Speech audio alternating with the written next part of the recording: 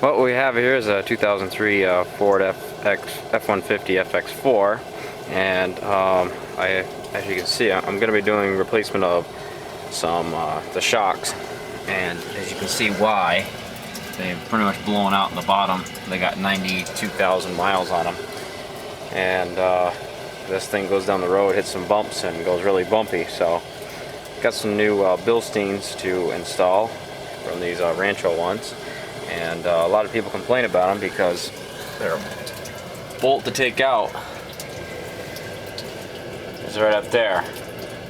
So you got to take that top one out, which is a pain because you actually, in here underneath, you have to get a wrench in to hold the main rod from twisting, and then take that, and hopefully it'll come undone after 5-7 years of sitting on this truck in the North Country of New York. And then you got to take out that bottom bolt, and it'll come right out. As you can look on the other side, I already did the other side, so I thought I'd give you guys a quick clip on how to do this. First tools you'll need, as you'll see down there, is a sawzall. What you're going to do is cut that entire plastic thing down so you can be able to pull it over to the top flange up there. And we're actually going to mount the camera here so you guys can watch how that's done.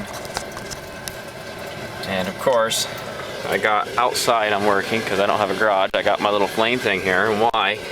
Temperature went from 69 degrees yesterday, this is why I call it Welcome to the North Country, to 42 degrees today.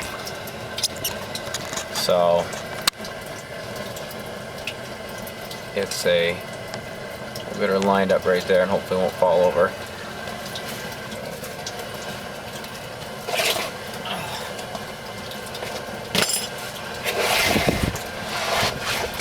And as always, if you're working in an area like this, you should carry a phone with you since you work alone, so you can dial 911 if you can actually reach the phone when you drop the truck on you.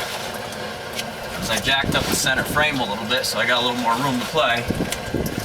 So we're just going to attempt to not kill ourselves here and chop this off and deal with some rust.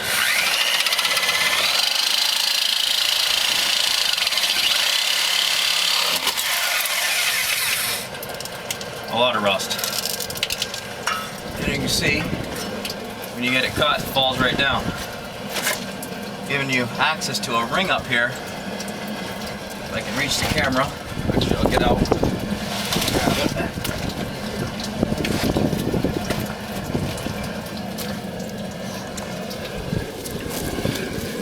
Go around here. Can't wait, I could build a garage, it'd be handy. Shop costs too much for all these repairs. Drive so much. As you can see up there, this is flange. This is a nut up there. You actually got to put a wrench on. But all your wrenches are too thick to be able to fit it. So what you do is you saw a hole through part of it. You saw a hole through it. So once you get the hole through it, you use a pry bar, and it breaks it loose because it's pretty rusty. Falls down, you can get a wrench on it. And that's what we're gonna do now, and then we'll catch up again after I get that out. Well, but it's pretty easy from here. Saw this off, saw this into here, use a pry bar and your hammer and beat that around until you get it to fall down, and get a 11/16 I think it is, if I recall right. It's 11/16 wrench on that. And on the top, you can be able to squeeze in a socket 11/16, barely get it on it because there's very little room, ½ inch. You have to pull it off the socket a little bit, and you can be able to slowly start pounding it, pushing on this, and hopefully she'll break free. The other side ended up breaking free, then froze, and then busted it off, but it came out. And yeah, it takes some process, and I wish it was 69 degrees like yesterday, but I'm dealing with 42 now, and I have to get this done so I can get my truck back to drivable.